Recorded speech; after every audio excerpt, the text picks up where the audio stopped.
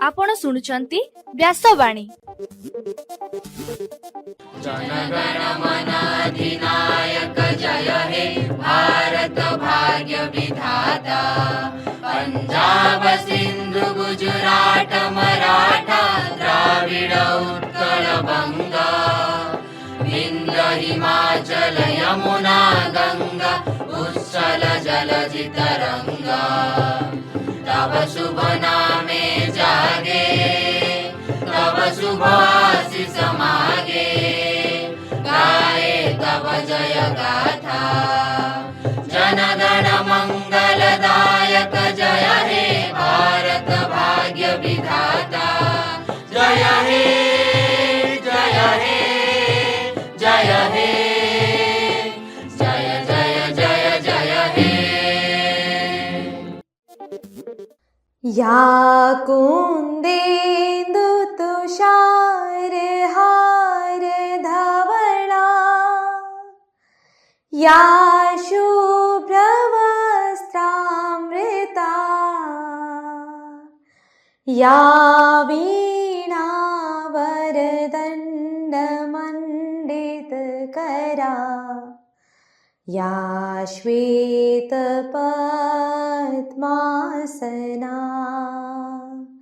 या ब्रह्माश्रुतशङ्कर प्रभृतिभिः देवैः सदा वन्दिता। सा मां पातु सरस्वती भगवती। निशेष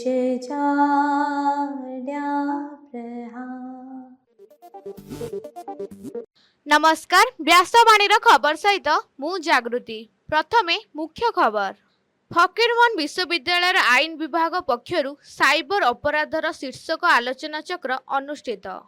आज जून 17 तारिख जाए राज्यर समस्त स्कूल रे खरा छुट्टी पड़िला।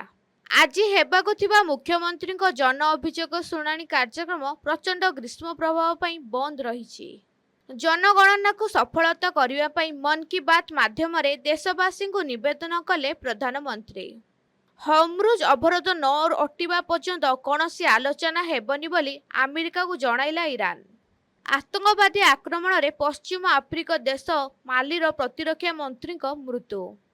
गतकालीर आईपीएल मैच रे कोलकाता एवं गुजरात विजयी एवं सारा राज्य में ग्रीष्म प्रभाव जारी। आसंता 28 रु कालबैशाखी वर्षा नहीं आंचलिक पाणीपाग विभाग पक्षरु सूचना। एबे संपूर्ण खबर। फकीरमोहन विश्वविद्यालय स्नातक परिषद सम्मिलन कक्ष रे साइबर अपराध एवं एहार नियंत्रण व्यवस्थार शीर्षक एक जातीय आलोचना चक्र आयोजित हो जाइछि। विश्वविद्यालय आईन विभाग पक्षरु आयोजित एही आलोचना चक्र रे मुख्य अतिथि भावे कुलपति प्रोफेसर संतोष कुमार त्रिपाठी जोगदेई उद्घाटन करथिले। वर्तमान समय रे साइबर सुरक्षार आवश्यकता उपरे प्रोफेसर त्रिपाठी तांको वक्तव्य रे गुरुत्वारोप करथिले। सम्मानित अतिथि भावे जिला ओ दौरा जज श्री सत्यनारायण मिश्र एवं पूर्वांचल डीआईजी श्री पिनाकी मिश्र जोगदेई साइबर आईन रो विभिन्न दिग संपर्क रे आलोकपात करथिले। आईन विभाग मुख्य विनय कुमार दास को तत्वावधान अनुष्ठित एही कार्यक्रम में बहु छात्र छात्री और शिक्षक शिक्षयित्री अंशग्रहण करथिले। शेषे समाज साइबर अपराध को मुक्त रखिया सचेतना सृष्टि करने को समस्ते शपथ नहीं।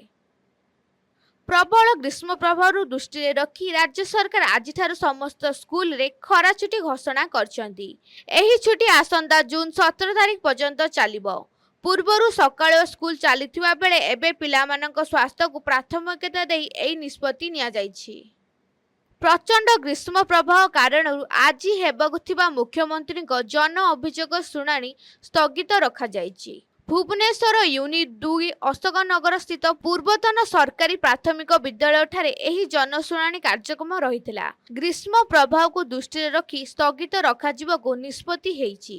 जेउमाने एही दिन मुख्यमंत्री को साक्षात अभियोग करिया पई ऑनलाइन पंजीकरण करथिले सेमानंक पई भुवनेश्वर परवर्ती अभियोग शुणाणी तारीख जणाई दियाजिबो बोली साधारण प्रशासन और साधारण अभियोग विभाग पक्षरु कुहा जाइछि। ए संपर्क में सरकार पक्षरु विधिवत भाव में लोकंकु अवगत करा जाइछि। प्रधानमंत्री नरेंद्र मोदी गतकाली तांको मन की बात कार्यक्रम में चलित जनगणना रे सक्रिय अंशग्रहण करने देशवासी को अनुरोध करछंती। लोकमानंक तथ्य संपूर्ण गोपनीय एवं सुरक्षित रहिबो बोली प्रधानमंत्री आश्वासन दैछंती। एथिपई सठिक विवरणी प्रदान करने प्रधानमंत्री श्रीयुक्त मोदी समस्त को अनुरोध करछंती।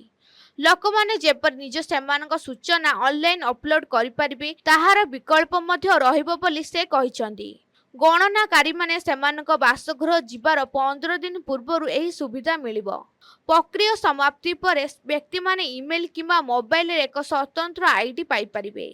जातीय जनगणना केवल एक सरकारी कार्य नुहे, एहा आम समस्तंकर एक दायित्व बोली प्रधानमंत्री कहिसंती। गला किछि दिन धरी ईरान रो हरमुज प्रणाली रे अमेरिका पक्षरु नौसेना मुतयन करा जाइछि। एहा द्वारा सेठारे तैल परिवहनकारी जहाज चलाचल रे समस्या देखा दैछि। एभली स्थिति रे अमेरिका सहित सीधासळख कोनोसी आलोचना कराजिबो नाही बोली ईरान कहिछि। ईरान राष्ट्रपति मसूद पजेशियान पाकिस्तान प्रधानमंत्री शाहबाज शरीफको सह टेलीफोन रे आलोचना बेले तांकु एहा जणाइछंती। से कहिछंती जे कोनोसी चाप किंबा धमक भितर अमेरिका सहित कथबार्ता संभव नुह। अमेरिकार शत्रुतापूर्ण पदक्षेप बंद न हेबा पर्यंत दुई देश भितर आलोचना संभव नुहे बोली ईरान कहिछि। एठारे सूचना योग्य पूर्वरु दुई देश मध्य होइतिबा शांति आलोचना विफल होइछि। एबे सेटारे सामरिक भावे युद्ध बंद रहिछि। पश्चिम आफ्रिकीय देश माली रे भयावह आतंकवादी आक्रमण देशर प्रतिरक्षा मंत्री सादियो कामारा मृत्युवरण करछंती। एही आक्रमण राजधानी बामक निकटस्थ कटी अंचल रे कामारंक बासभवन रे लक्ष्य करी करा जायतिला, जेउथिरे कामार गुरुतर आहत होई परे मृत्युवरण करथिले।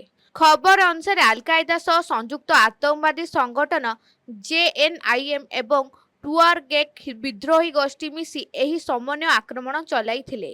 एही आक्रमण माली रे चलिथिबा हिंसा को आहुरी भयावह करिछि। एकाधिक सहर और सेना शिविर को लक्ष्य करी समन्वित आक्रमण होइतिबो एहाकु गत किछि वर्षर सबुठारु बड़ आतंकवादी आक्रमण भावे देखा जाइछि। घटना परे मालीर सेना शासन को शक्त आघात लागिछि। सूचना योग्य माली रे 2020 रु सेना शासन चालू अछि एवं देशटी दीर्घ दिन धरी जिहादी और विद्रोही गोष्ठी सह लड़ुछि। एही आक्रमण देशर सुरक्षा परिस्थिति को आहुरी अस्थिर करि दैछि। आईपीएल मैच रे कोलकाता नाइट राइडर्स और गुजरात टाइटन्स दुईटी दल दमदार प्रदर्शन करी विजयी होइछन्ती। केकेआर पक्ष रिंकू सिंह को गुरुत्वपूर्ण रन दल को विजय कराइथिला। अन्यपटे जीटीर साई सुदर्शन एवं जस बटलंक रन साहाय्य सह विजय हासिल करथिला। एही विजय द्वारा जीटी पॉइंट टेबुल रे उन्नति होइछि। एबे पाणीपाग खबर। सारा राज्य रे एवं प्रचंड ग्रीष्म प्रभाव जारी रहिछि। असह्य खरा और गुलगुली जनजीवन अस्तव्यस्त हो पड़िथिबा बेले आंचलिक पाणीपाग विभाग पक्षरु एक आश्वस्ति खबर मिलिछि। आसंता 28 तारिख राज्यर विभिन्न स्थान रे काला बैशाखी वर्षा हेबार संभावना रहिछि। पाणीपाग केन्द्रर सूचना अनुसार वर्तमान गरमरु त्राही पाइबा पई काला बैशाखी सहायक हेबो। एही समय पवनर वेग बढ़िबा सह वज्रपात और सामान्यरु मध्यम धरणर वर्षा होई पारे। विशेष करी उत्तर और दक्षिण ओडिशार किछि जिल्ला रे एहार प्रभाव अधिक रहिबो। तेबे 28 तारिख पर्यंत ग्रीष्म प्रभाव जारी रहिबारु सतर्क रहिबाकू परामर्श दिया जाइछि।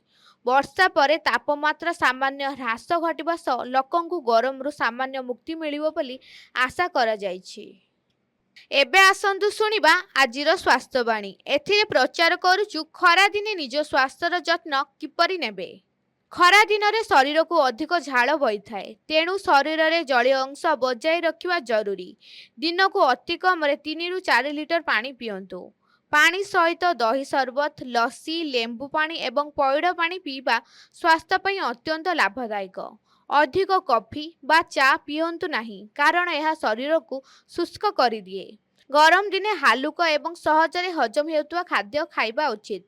ପ୍ରଚୁର ପରିମାଣରେ ପନିପରିବା ଓ ଫଳ ଯେପରିକି ତରଭୁଜ, କାକୁଡ଼ି ଖାଆନ୍ତୁ। ଅଧିକ ତେଲ ଏବଂ ମସଲାଯୁକ୍ତ ଖାଦ୍ୟରୁ ଦୂରେଇ ରୁହନ୍ତୁ। ବାସି ଖାଦ୍ୟ ଖାଆନ୍ତୁ ନାହିଁ କାରଣ ଗରମରେ ଖାଦ୍ୟ ଶୀଘ୍ର ନଷ୍ଟ ହୋଇଯାଏ ଓ ଫୁଡ୍ ପଏଜନର ଭୟ ଥାଏ। ଖରା ଦିନରେ 11ଟାରୁ ଅପରାହ୍ନ 4ଟା ପର୍ଯ୍ୟନ୍ତ ବାହାରକୁ ଯାଆନ୍ତୁ ନାହିଁ।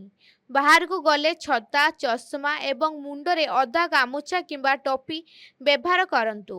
ଅଂଶୁଘାତର ଲକ୍ଷଣ ଯେପରି ମୁଣ୍ଡ ବୁଲାଇବା, ଅତ୍ୟଧିକ ଶୋଷ ଲାଗିବା କିମ୍ବା ଜ୍ୱର ଦେଖାଦେଲେ ତୁରନ୍ତ ଥଣ୍ଡା ଜାଗାକୁ ଯାଆନ୍ତୁ ଏବଂ ପାଣି ପିଅନ୍ତୁ। ଘରୁ ବାହାରିବା ପୂର୍ବରୁ ସବୁବେଳେ ଗ୍ଲାସେ ପାଣି ପିଇ ବାହାରନ୍ତୁ। ଏହି ଛୋଟ ଛୋଟ କଥା ପ୍ରତି ଧ୍ୟାନ ଦେଲେ ଆପଣ ଏହି ଖରା ଦିନକୁ ଆରାମରେ ଓ ସୁସ୍ଥ ଭାବରେ ଅତିବାହିତ କରିପାରିବେ। ନିଜର ଯତ୍ନ ନିଅନ୍ତୁ ଏବଂ ସୁସ୍ଥ ରୁହନ୍ତୁ। ଆଜିର ଖବରକୁ ଏଇଠି ରଖୁଛୁ। ନମସ୍କାର।